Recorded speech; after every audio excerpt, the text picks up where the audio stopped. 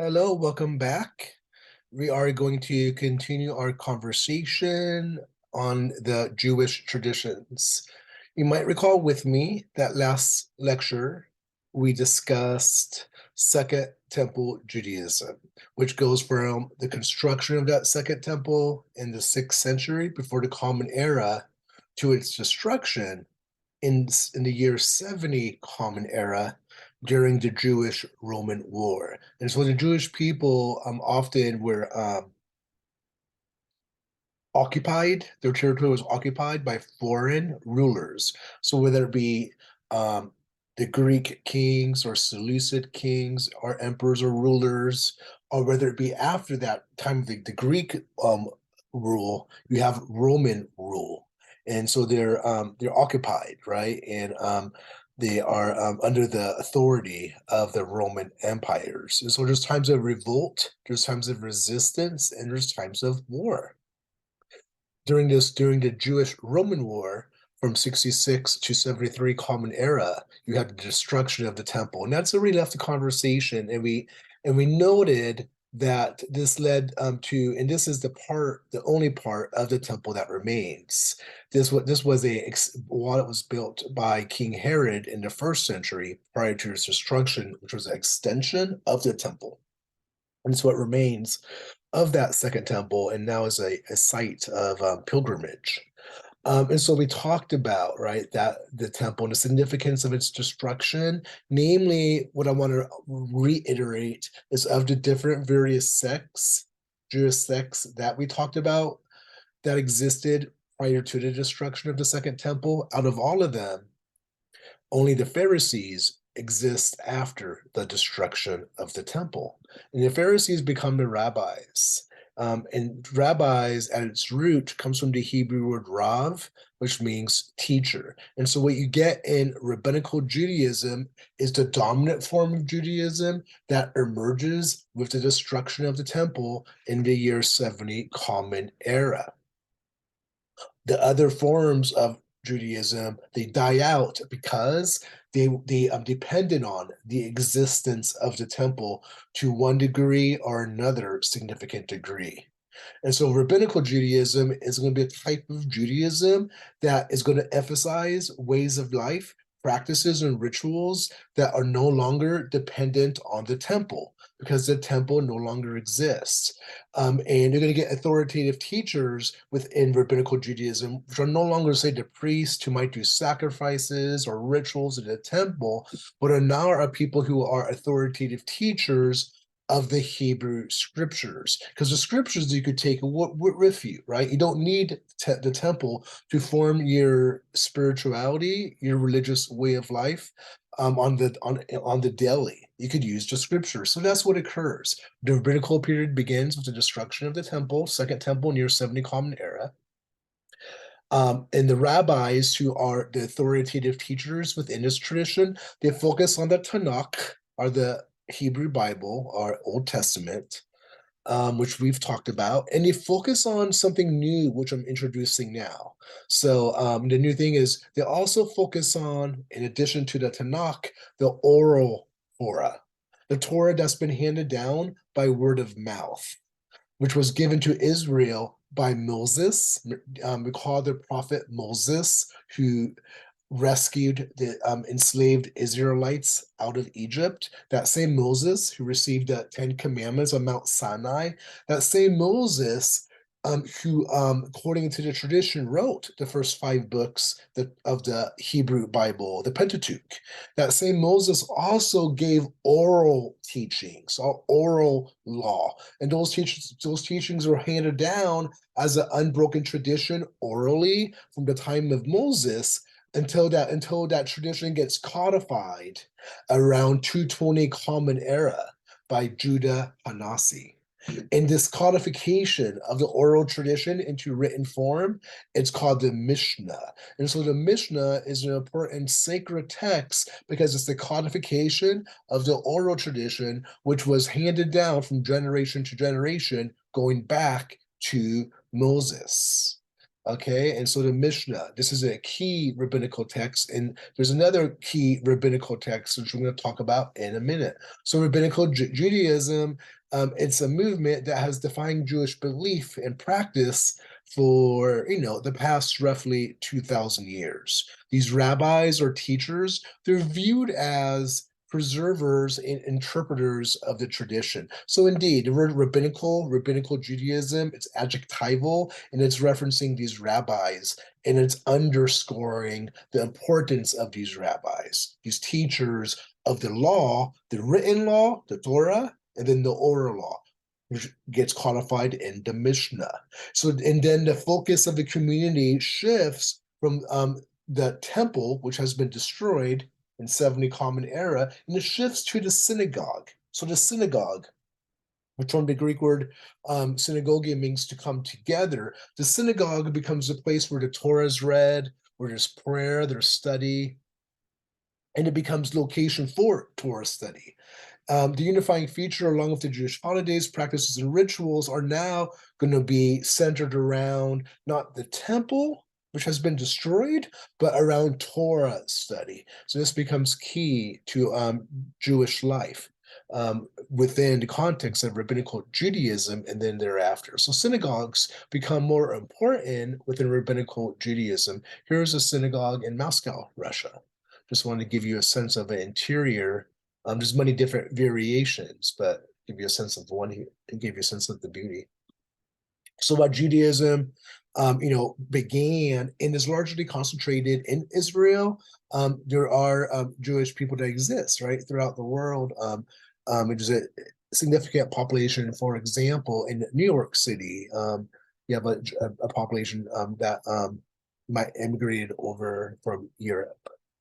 So the Mishnah in the Gemara, rabbinical movement starts in that 2nd century up to the 6th century. It produces this collection of texts which provides interpretations of Jewish life and Jewish law. Jewish law being very important. By keeping the law or the mitzvah, one keeps their covenant or brit with God. So the rabbinical texts include the Mishnah, which is the oral law, and the Gemara, which is commentary on the oral law. So it's reflection on the oral law. These two parts combined together are called the Talmud. All right, so you have the Mishnah, oral law, the Gemara, commentary on it, combined together to call the Talmud. Within the Mishnah, there's 6 orders. There's the 6 areas or spheres of life that are dealt with. Seeds, appointed seasons, women, damages, and holy things are among these ways of life that are discussed within the Mishnah. Within the Gemara, which is that commentary, reflection on the Mishnah, there's 2 types, there's 2 parts to it. There's legal material, and then there's narrative material that tells stories. So there's more technical legal aspects and parts, and then parts that explore the Jewish life through storytelling. All right, so again, the Talmud, it consists of the Mishnah, the oral law, and then the commentary on the Mishnah, which is known as the Gemara. And there's 2 Talmuds. Recall that during that time of Babylonian captivity, once the Israelites were allowed to return back to Israel and rebuild the temple, the 2nd temple, recall a group of Jews stayed in Babylonia, and so you had this vibrant Jewish culture, Jewish center in Babylonia. And so because of that, we have 2 Talmuds. We had one Talmud produced in Palestine, so in Israel, basically, and another produced in Babylonia. So you have the Palestinian Talmud and the Babylonian Talmud. Here's an excerpt just to give you a sense of, one excerpt from the Mishnah. This is an excerpt on a punishment for stealing. And so the Mishnah, the oral law, and then a commentary on it, it gives law, right? It gives instructions for dealing with a wide range of issues that might emerge within the community. This particular instruction is a punishment for stealing. It talks about one who steals wood and makes vessels from it, or one who steals wool and makes clothing from it, upon confessing, pays the cost of the object at the time it was stolen.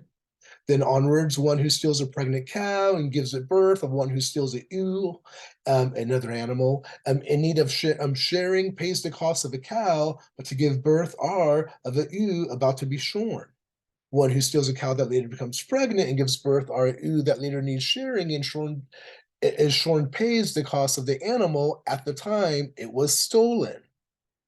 This is the kala. All thieves pay the price of the object at the time it is stolen. And so the bottom line, this teaching, which comes out of the Mishnah, is a teaching that, it sets up a law, right? A way to coexist. The bottom line is all thieves pay the price of the object at the time it was stolen. And so again, you have these types of issues, practical issues, but also issues related to rituals, issues related to holidays, issues related to property, in marriage, and so forth are dealt with throughout the Mishnah and the Gemara, in the Talmud. In terms of women, women served as head of synagogues in the Greco-Roman diaspora, that is the Jewish dispersion that occurred during times of oppression when they were kicked out of their homeland. Women were also patrons and benefactors of civic and religious institutions. Looking to the Talmud and women, it's worth noting that women were excluded from rabbinic hierarchies. They were also excluded from important rituals and activities, such as the study of Torah and mitzvah, certain commandments. They were expected to fulfill negative commandments, such as you shall not, murder, or you shall not covet, or you shall not bear false witness, for example. According to rabbinical teachings, a wife is entitled to three things from her husband: food, clothing, and marital rights. So there were some rights, which is notable, given the historical context many thousands of years ago. There were some rights given to women according to rabbinical teachings.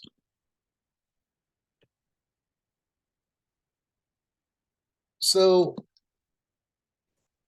let's see, I want to see where we're at here. So this here wraps it up on rabbinical teachings, this particular slide. And so you have Jewish communities, kind of wrapping it up, that were established throughout the Roman Empire, going back to the second century.